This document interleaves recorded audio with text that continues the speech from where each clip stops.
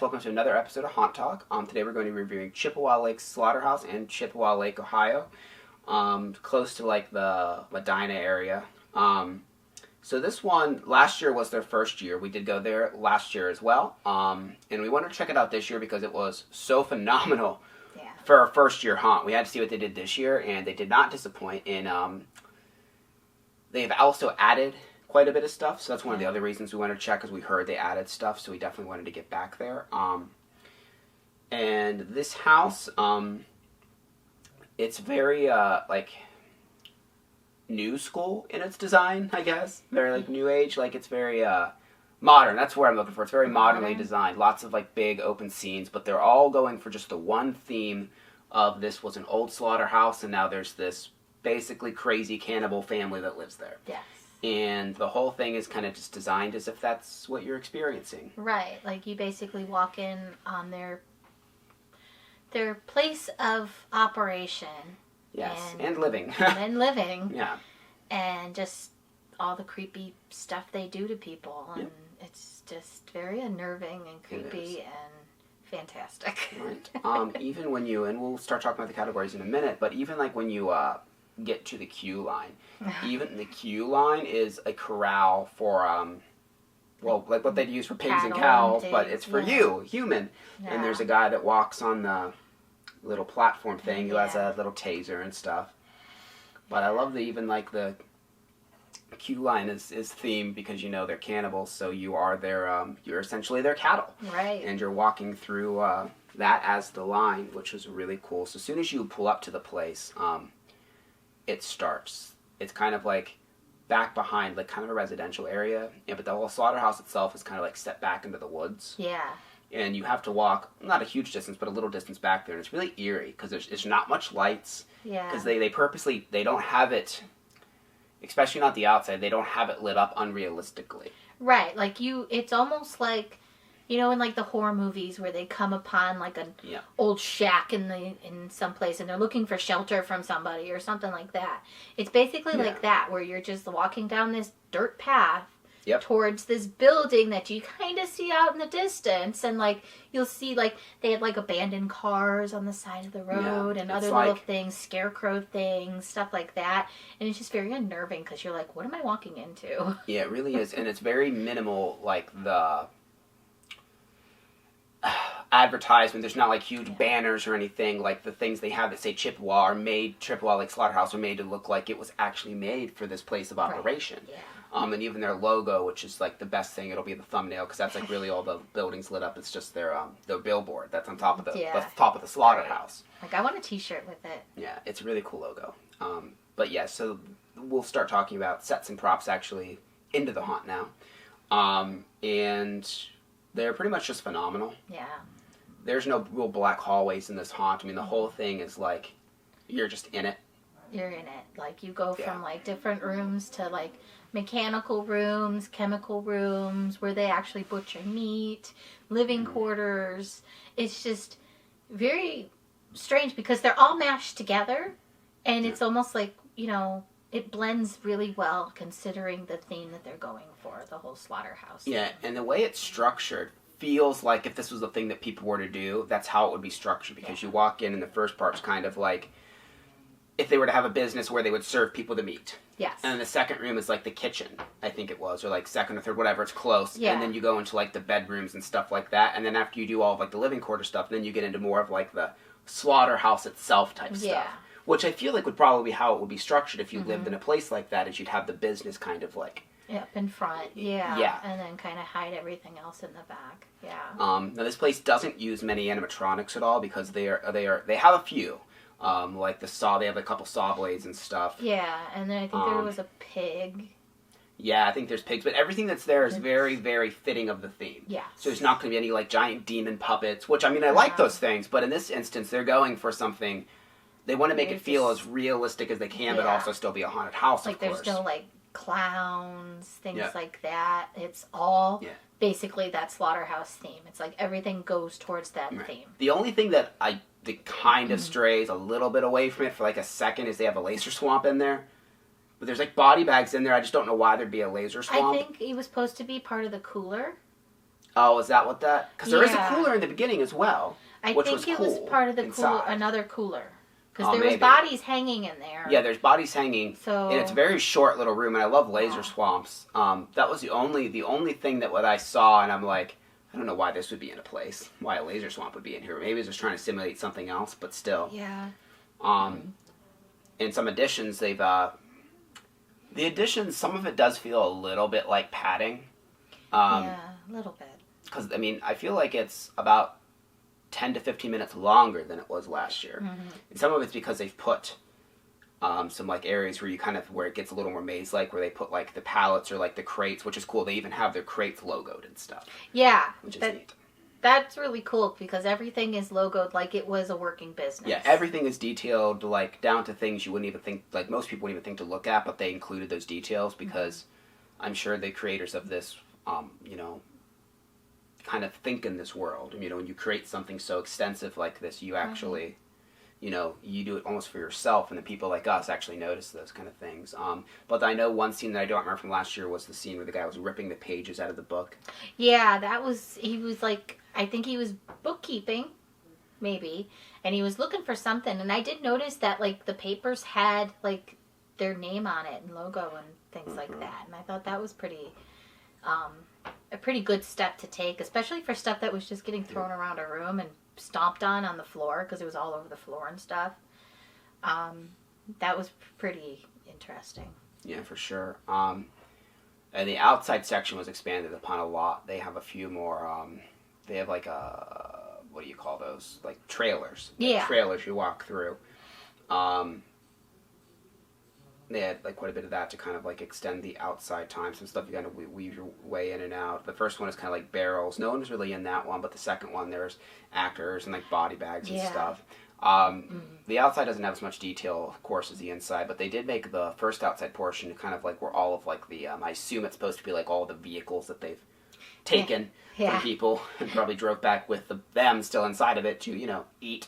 And that's kind of like, it's cool. There's like a whole like almost like junkyard type of maze where you weave in and out of the cars and stuff like that. But really the place is just scene after scene after scene, and the music is unnerving too. There's the sound of like machinery, and there's times where they just don't music at all, because there's no like spoopy haunted house music, like no, it's like the sounds of a factory. 50s oh, that music too. There is that.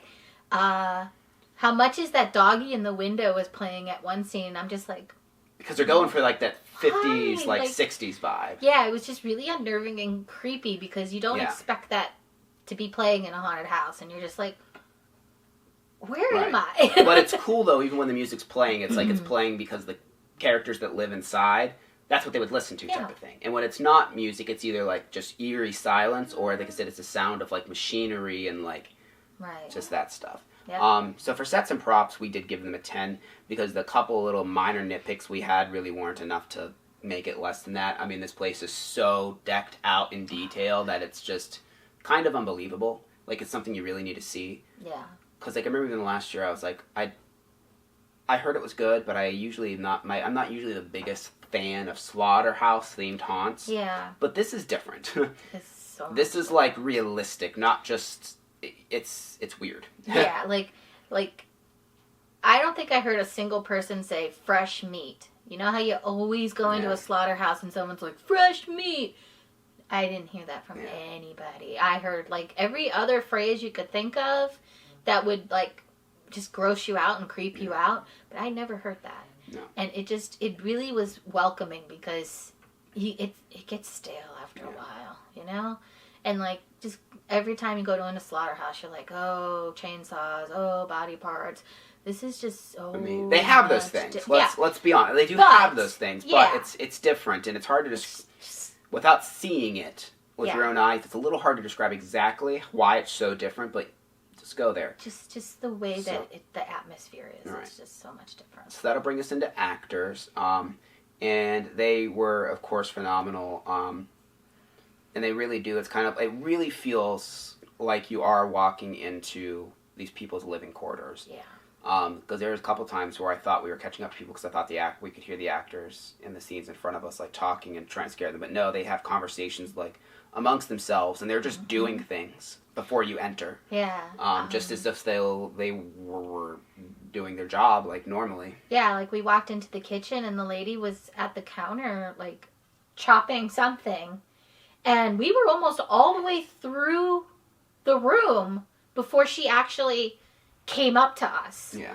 And it was she was just going about her day, just chopping up whatever part it was. I don't know. Yeah. And then she came over and she just like threw a cup on the ground. Yeah, and that came over. Yeah, she knocked stuff over and she came over, and that was the one that told me that I'm gonna burn. You're gonna burn. That's what she said to me. And I'm like, oh, okay, thanks. But it was just like a lot of the rooms were like that, where you just walked in and people were mid-conversation. They were just going about their things. We talked about him last year, the guy who was playing piano, and I think he was playing piano. Unfortunately, we had a group that was like really close in front of us. Like literally, they were just dead stop. Yeah, like dead stop. Because they do the line for this place is a little bit long because they space groups out. Yeah. And I have no idea how we caught up to these people because we don't run through haunted houses. But these people, I do know how we caught up to them because like when we were behind them, they would just stop in scenes, just literally just completely stop out of terror, and it's like, oh my god. Yeah. It gets so annoying. Like, I know you're scared, but just keep trying to move because then you ruin everyone else's experience. But obviously, it's not the haunt's fault. It's just so annoying when that happens. Yeah. Speaking of which, props to the guy that was in the barrel. That Oh yeah. It would have been a really good scare, and he responded with an awe. Yeah, because he got the people in front of us, but then of course once we caught up to him, he didn't. Yeah. It was just an outside part, and his hiding place was like in a pipe or something. It was like this old pipe barrel thing on the ground, and it was just really. But all of their hiding places were really good too. Like they would, like you'd get like all the way through a scene, and all of a sudden someone would just be behind you, and like we don't know where a lot of times they'd come out of. Not at all. The swamp guy, with the swamp fog thing, he popped up in front of the girls that were in front of us, and then he disappeared. And I was waiting for him because I knew that he was probably going to get me. Because I was at the end. And sure enough, I just felt this hand come out from nowhere.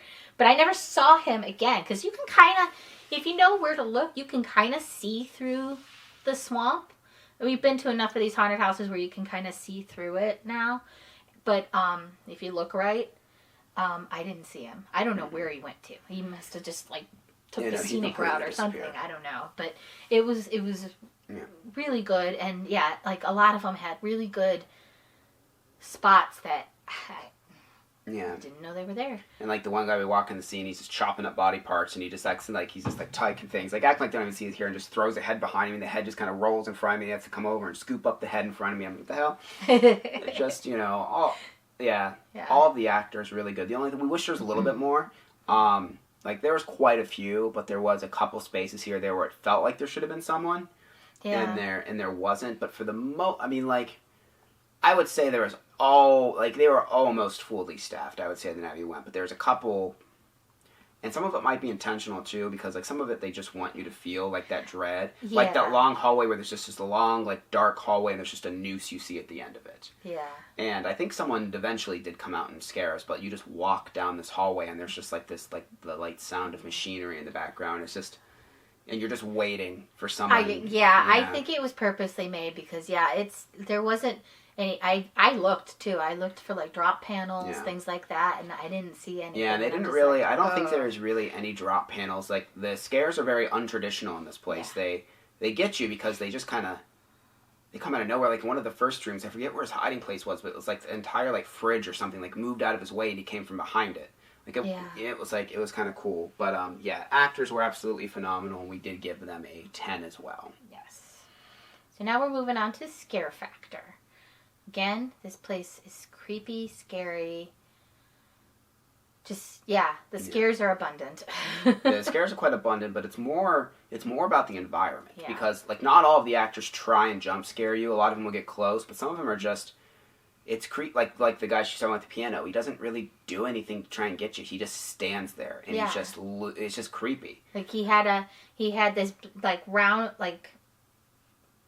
curved blade, and he was like sharpening it, but he wasn't playing it like a violin like he was last year, but he just stood there and he was just doing this and just staring at, I think he was staring at us. I couldn't see his eyes. Yeah, because he has like this big skull mask thing with like stuff hanging off his and antlers. Yeah. And I don't know if it's meat or what was it. I kind of actually stopped and got close to him and looked. Yeah, I did too. I was just like, what the hell's on you, dude? All kinds of stuff's on him is the answer. Yeah. But yeah, it's very like, if they're not jumping out to scare you, they're just making you feel uncomfortable. And it's very effective. Very effective. It really is.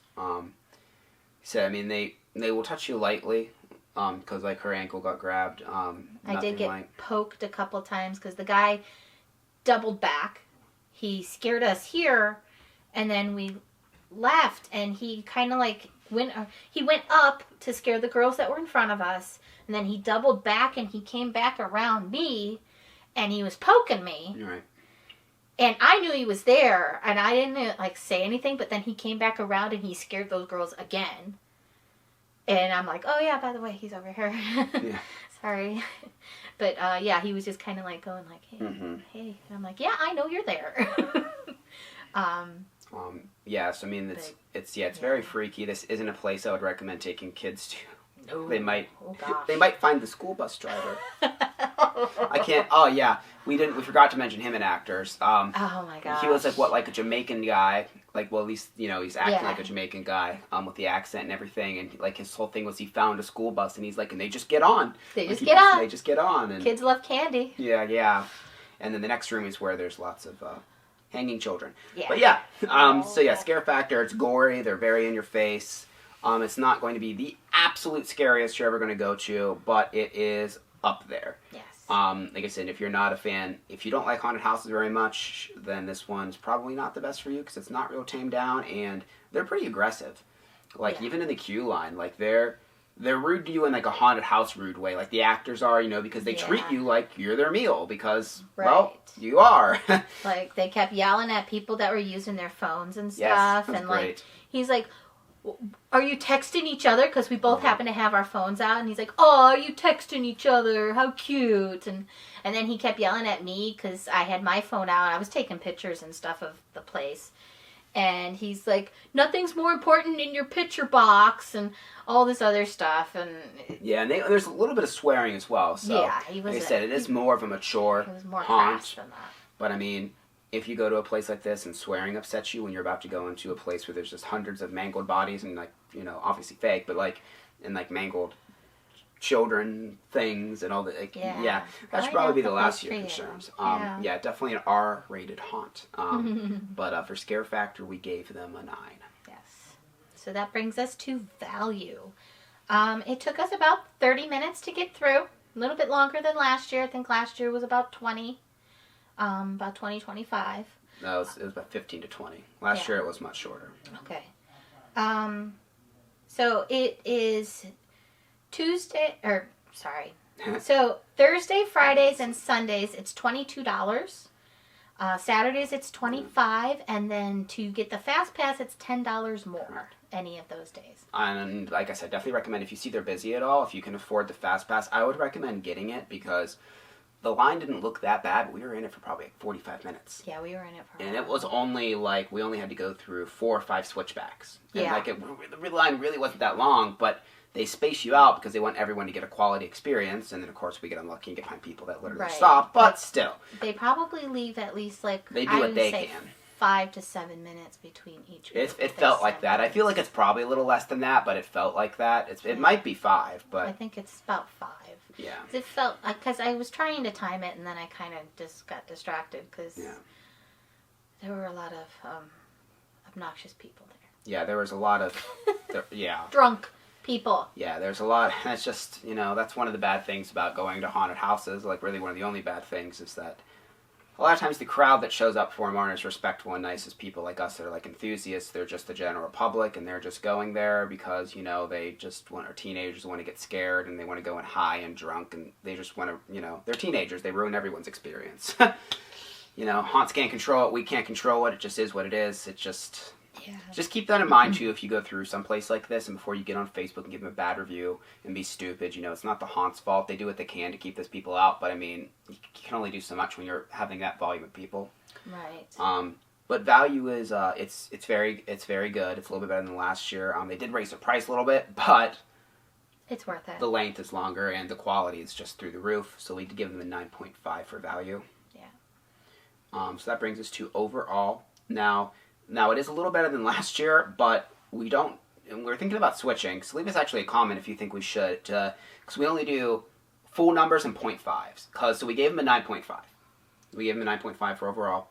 But it's really like, we don't do it right now, or be like a 9.7 because it is a little better than last year. Yeah. But we don't want to go out and give it a 10 just yet because there were a couple tiny little gripes. Like I said, even though we did give it 10 for sets and props, we personally would just like some of the stuff just a little bit more themed, like on the outside. A little more fleshed out in the outside stuff, yeah. Which, I mean, they added so much, I think they're going to get to that. Yeah. I mean, it's not like I disliked it, and it's not like it was poorly done. No. It's just, I would have liked just a little bit more.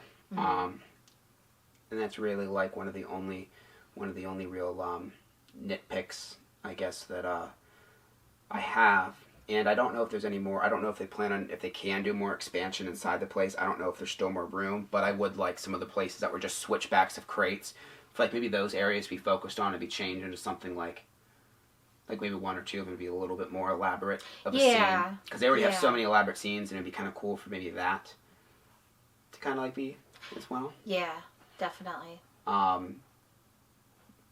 But yeah, I mean, besides that, I mean, the place is absolutely phenomenal. It's definitely, I mean, this is only their second year. It's insane. Right. And this is only their second year. And I think that eventually it's going to be one of those places you see like on the Travel Channel, and if they even still do that, I don't know, cable's kind of going away. But still, it's going to become along those lines of these like huge haunt names that you hear about all the time. It's already kind of getting there. And so I'm just excited to see where it continues to go, because they've already like expanded so much from last year. I'm really excited to see what the third year is going to look like in that. But yeah, keep up the great work, guys. If you're watching this, which I hope you are. Yeah. But yep, that does it for this review. Make sure you like and subscribe. Also put on notifications so you see when we upload more videos. We're getting to about the halfway point of the October hunt season. We've been doing reviews for weeks now, but we still have a few more left to go. Make sure you also let us know any haunts that you would like us to check out, either this year or next year. And remember, we also are looking for home haunts that want to like have an episode of Haunt Talk dedicated to them. Like us on Facebook. The link is in the description. That's also a great way to message us directly right through there. We always try and respond as quickly as possible. Yeah. All right. So that's it. Yeah. We'll see you next time. Bye.